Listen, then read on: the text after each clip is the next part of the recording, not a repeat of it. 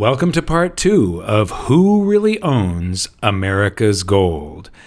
In part 1, I showed you that when I first read the financial report of the United States government, there was a footnote that triggered a question, who really owns America's gold? And I showed you that footnote that is still in the 2020 version of the financial report. And then that footnote said that the gold that is in the Treasury was partially offset by gold notes that were issued to the Federal Reserve. So I showed you how the Federal Reserve accounts for that on their balance sheet, America's gold, and it's not partial, it's all of it. Then I showed you that the Department of the Treasury also accounts for the same gold on their report, with a footnote saying that it was partially offset by gold notes given to the Federal Reserve banks. And then I showed you some of the laws and acts that created the gold nationalization and moved the gold, gave gold its ridiculous price of 42 2/9 dollars. 42 2/9. Anyway. How does all this work? What is the process to get the gold from the American public through the Federal Reserve to the Treasury? Well, this is John Q. Public, and John Q. is happy because he has some real money, gold, that he can spend anywhere, and he's a happy camper. But then along comes the Great Depression, and we elect this guy, Franklin Delano Roosevelt, who says, we have to fear is fear itself. And he also says, I know a way out of the Great Depression. I will do a hat trick. Watch as I pull a rabbit out of my hat. I will print currency and we will spend our way out of the Great Depression. But first, I need two things. One, I need to abrogate the gold clause. All contracts which specify payment in gold that section is now null and void, and you must accept fake, phony, fictitious, fraudulent reserve notes instead. Two, I need you, Joe Sixpack and John Q. Public, to turn over your gold because gold is now illegal for Americans to own. To which John Q. Public and Joe Sixpack say, no, you can't have our gold. Sorry, folks. But Franklin Delano Roosevelt turns his back on them anyway and says, I'm going to print our way to prosperity. We will buy the best prosperity that fake currency can buy.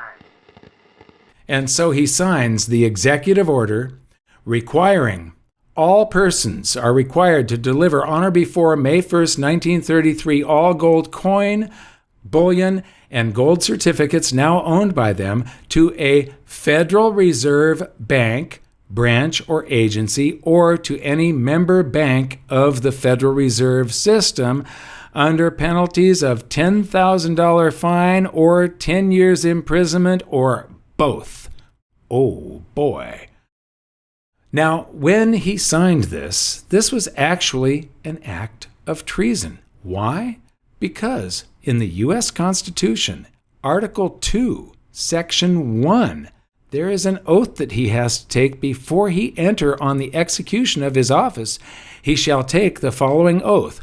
I do solemnly swear that I will faithfully execute the office of President of the United States and will, to the best of my ability, preserve, protect, and defend the Constitution of the United States. But in the Constitution, there's something called Article 1. It comes before Article 2. In Article 1, the Founding Fathers, The framers of the Constitution are trying to convey to future generations the most important things. And in Section 8, it says to provide for the punishment of counterfeiting. And this is what he's trying to authorize. He's trying to get the gold away from the public because gold prevents the government from counterfeiting unlimited quantities. It prevents the Federal Reserve. It prevents the expansion of the currency supply if the currency supply is tied to gold. Now, when they created the Federal Reserve, it was created in 1913, but went into business in 1914, November of 1914. And World War I started. The Federal Reserve Act specifies a 40% reserve ratio. So now, for every $20 gold piece they had in the vaults, they could print $50 worth of claim checks. That's the 40% reserve ratio. So they could counterfeit $30 more into existence. And these are gold notes. So they promise to pay gold. There's one gold coin in there. There's $20 that can actually redeem that gold coin and $30 floating around out there that can't. So that's basically counterfeiting new currency into existence. Now, they had already counterfeited that the bulk of that 40% reserve ratio, so they didn't have the headroom to do what he wanted to do, the amount of new currency creation. So they had to get rid of gold. Gold was standing in the way of the deficit spending that he wanted to do. And then Section 10, no state shall make anything but gold or silver coin a tender in payment of debts. And notice, it says no state, capitalized, shall make anything, capitalized, but gold and silver coin, capitalized, a tender in payment of debts. Now, he may have been getting around this on a technicality because he doesn't work for a state. The presidency is the federal government. So this is specifying that no state shall make it. But you have to realize the intent of the Constitution. The U.S. had just been a conglomeration of colonies, separate colonies of England. And it had only been a nation for just a few years when they're framing this. So they weren't thinking the federal government shall not make anything but gold or silver coin. They said no state. But the intent is that in the United States, we're not supposed to be using anything but gold or silver coin in tender of payments of debts. Why? Because we had just been through a devastating hyperinflation of the continental currency. That's why. The framers knew what fiat currency could do to a country, and they were trying to warn future generations. But he passed it anyway. So what is the process to get gold from John Q. Public through the Federal Reserve to the Treasury? Well, here it is. This is a member bank of the Federal Reserve System, and here is the fraudulent reserve. And a lot of people think that the fraudulent reserve prints up currency, that they just have this big printing press and they're always printing currency. That is not true. The fraudulent reserve does not print fraudulent reserve notes. That's somebody else's job, and we'll get to that in a moment. What they do these days is they type base currency into accounts that are in the computers at the Federal Reserve, and those accounts belong to all of the different member banks. What they used to do is they wrote digits of base currency into the books. Now, I'm going to have an account here for this bank that is actually in the computers at the Federal Reserve, and we're going to type a bunch of fake, phony, fictitious fallacies of falsely fabricated figments forged into fantasy fairy tale figures of fraudulent reserve base currency digits. And that's what these are. It's just a bunch of digits that the fraudulent reserve types into their computers that the bank now owns. The bank owns these digits. Isn't that wonderful? So now that the bank has these digits, if the bank actually wants some currency, some fraudulent reserve notes to put into circulation, what they do is they go to the Bureau of Engraving and Printing And they pay a small fee, and they ask the Bureau of Engraving and Printing to please print up some fraudulent reserve notes, and they are obliged. And so now they have these fake, phony, fraudulent reserve notes that replace those base currency digits that were in their account, and they can have those notes deposited in their vault. And now they've got vault cash. Now that they've got vault cash, they can buy that coin from John Q. Public. And now John Q. Public is a happy camper because he's got a bunch of fake, fraudulent fun tickets of fraudulent reserve notes that he can go and spend anytime he wants. But what he doesn't realize is that he's being stolen from through inflation year after year after year by accepting these. Basically, these are fraudulent reserve I owe you nothing notes. And what's interesting is 94 years before all of this happened, a guy named Hans Christian Andersen wrote a fairy tale called The Emperor's New Clothes, in which two swindlers convince the emperor that they are going to create the finest suit of clothes ever created. But anybody that is stupid or incompetent cannot see these clothes. And as they pretend to weave and tailor these fine garments, the emperor can't see them. So he pretends to see them because he does not want anybody to find out that he is actually stupid and incompetent. And so basically, these hucksters, these swindlers, sold the emperor nothing for something. They got something for nothing. And that is what went on here, folks. The fraudulent reserve got something for nothing. This is the member bank. Now, the member bank does not really want to be holding gold in their vault. Why? Because this is the age of John Dillinger, Babyface Nelson, Pretty Boy Floyd, and Bonnie and Clyde, and a whole host of other murderous bank robbers. So what do? They deposit that in their account at the Federal Reserve. So it goes to the Federal Reserve banks, where the Federal Reserve can pay for all of the security that is required and any other transportation and stuff. Now, the goal here, though, is to get this into the Treasury. So here's the Treasury with the words, "In God we trust." Well, we can trust in God, but we can't trust in the Treasury, the Federal Reserve, or the bank. Maybe we should change this to "In gold we trust." Anyway, the Federal Reserve takes this gold coin from the bank's account, puts it in the Federal Reserve's general account, and then turns that over to the Treasury. But wait, there's a problem here. The bank is very, very sad. Why is the bank sad? Because it's still missing a bunch of these digits, these fantasy fairy tale numbers that the Federal Reserve, that the fraudulent reserve typed. And so they don't do that.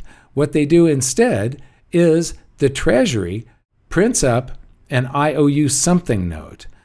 This is to certify that there is on deposit in the Treasury of the United States of America $100,000 in gold, payable to the bearer on demand as authorized by law.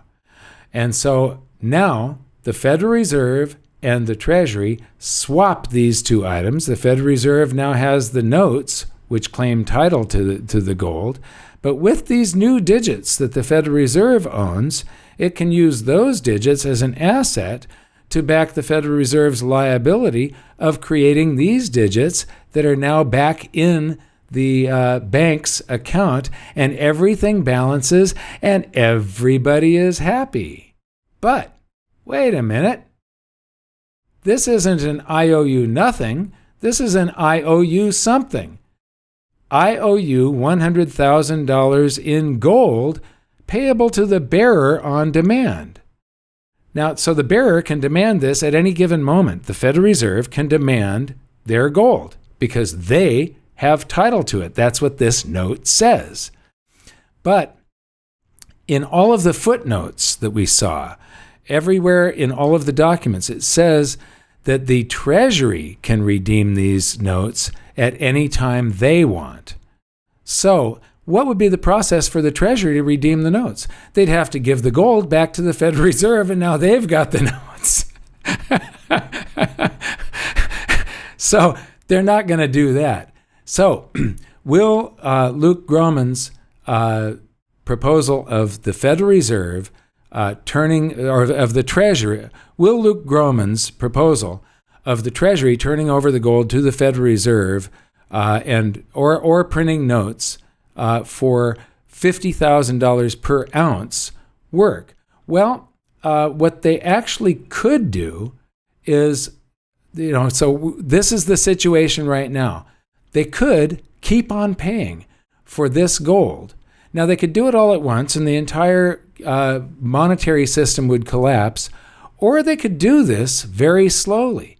They could just create more gold notes and keep paying for the same gold that we paid for in 1934, and we paid for again in the 70s a couple of times when the price changed to 38 and then 44 and 2/9 dollars.